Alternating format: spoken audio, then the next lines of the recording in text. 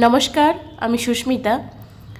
আজ জগন্নাথ, বলরাম এবং সুভদ্রা মায়ের রথযাত্রার দিন।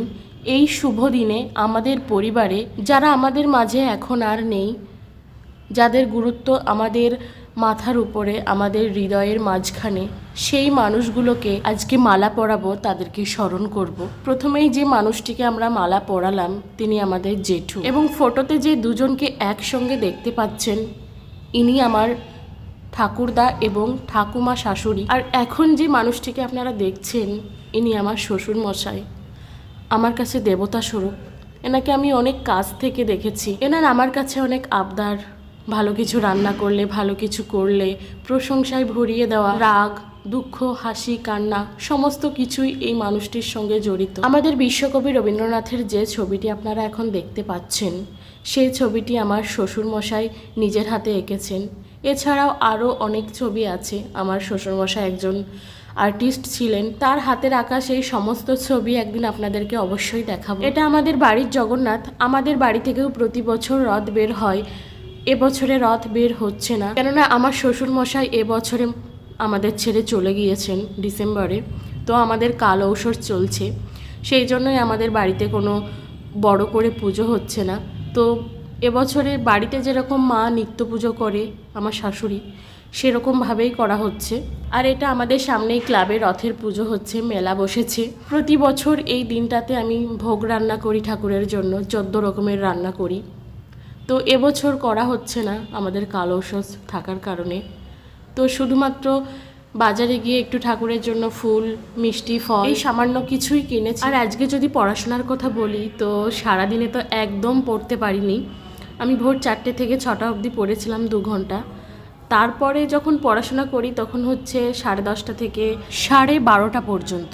10:30টার আগ পর্যন্ত বাড়ির সামনে ঠিক এই রকম ভিড় ছিল। আগেই বলেছি রথের মেলা বসেছে, তো রথের মেলাতে এই রকম ভিড় ছিল। আপনারাই বলুন, বাড়ির সামনে যদি এই রকম ভিড় থাকে আর এরকম সবাই আনন্দ করতে থাকে, তাহলে কি পড়তে মন বসে? তো 10টার পর থেকে আস্তে আস্তে লোকজন কমতে থাকে, ভিড় কমতে থাকে, আওয়াজটাও কমতে থাকে। মাইক চলছিল না, ওই জন্যই আর কি বাঁচোয়া। তারপরে আমি 10:30টার সময় পড়তে বসি। আজকে আমি পড়াশোনাটা এমন করেছি যে আমার মাথাটা খাটাতে হবে না, মানে বেশি ভাবতে হবে না, বেশি খাটতে হবে না, সেরকম পড়েছি। মানে আগে আমি যে পড়াগুলো পড়ে রেখেছিলাম, আমার ভালোভাবে পড়া ছিল, শুধুমাত্র সেটাই আমি রিভাইজ দিয়েছি। তো আমি তপবনে পড়তাম, আপনারা সবাই জানেন। তো তপবনের পড়াগুলো আমার বেশ ভালোভাবে তৈরি করা ছিল। তো আজকে সেই তপবনের খাতাটা নিয়েই বসলাম, আর তপবনের পড়াগুলো একটু রিভাইজ করব, শুধু একবার জাস্ট পড়ে যাব। ওকে, তপবনের এই নোটসগুলো আমি প্রিলিমসের জন্য খুব উপযুক্ত বলে মনে করি। আজকে আমি শুধুমাত্র জিএস পেপারগুলোই পড়ছি। আর এই খাতাটাতে শুধুমাত্র একটা সাবজেক্টের উপরে লেখা নয়, বিভিন্ন সাবজেক্টের লেখা আছে, যেমন বায়োলজি, ফিজিক্স, কেমিস্ট্রি, তারপর ইকোনমি, পলিটি, বিভিন্ন কিছু, হিস্ট্রি, জিওগ্রাফি, পলিটিক্যাল সায়েন্স, বিভিন্ন বিষয়ে লেখা আছে। তো এই বিষয়গুলোই আমি পড়ব।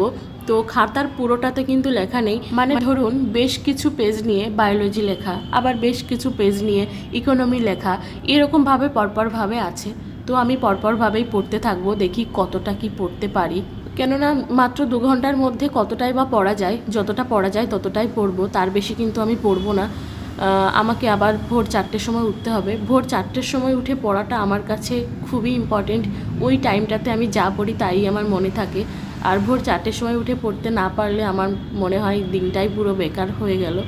তো ভোর 4টে ওঠাটা আমার কাছে ম্যান্ডেটারি। আমাদের প্রত্যেকেরই সবসময় স্থান, কাল, পাত্র বিচার করে ডিসিশান নিতে হয়। যেমন ধরুন আমি সারাদিন পড়তে পারিনি, বিভিন্ন ধরনের কাজ থাকে, তারপর বিভিন্ন কিছু থাকে সংসারে।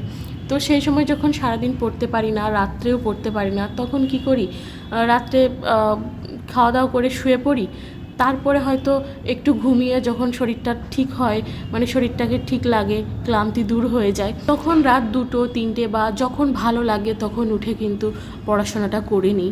এইভাবেই সময়ের সাথে আমাদের নিজেকে তাল মিলিয়ে চলতে হয়।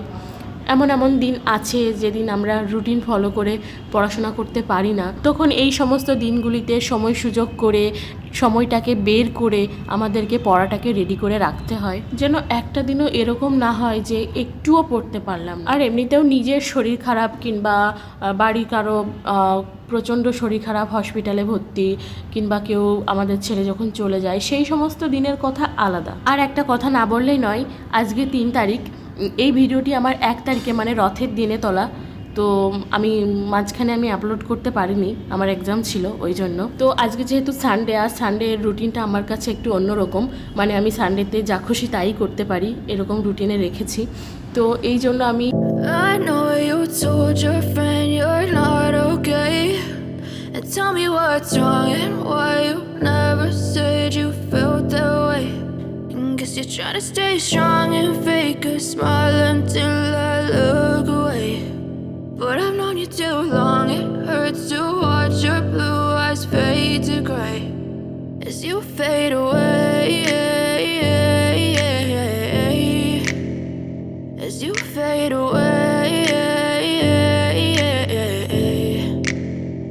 Yeah, I'm about to fade away, 'cause every time I wake up I feel like it's Monday. Something's going wrong with all the chemicals up in my brain. All of a sudden I don't look at anything the same way. Gotta build up of my thoughts sitting in an ashtray.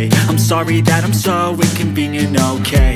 Just let me be me and I'll stay out of your way. I can see the way you look at me, I'm such a disgrace. I never really asked to be brought into this place. You wanna love me? Well then baby have a taste. All the highs and the lows, no you'll never be the same. I don't really wanna hurt you but I can't control the pain. If you're sticking by my side maybe we could be okay. Okay, maybe you could be the change I need today. I promise that I've never felt this way. I really hope that you will choose to stay through all the pain. I know you told your friend you're not okay, and tell me what's wrong and why you never said you felt that way. And guess you're trying to stay strong and fake a smile until I look away. But I've known you too long, it hurts to watch your blue eyes fade to gray as you fade away.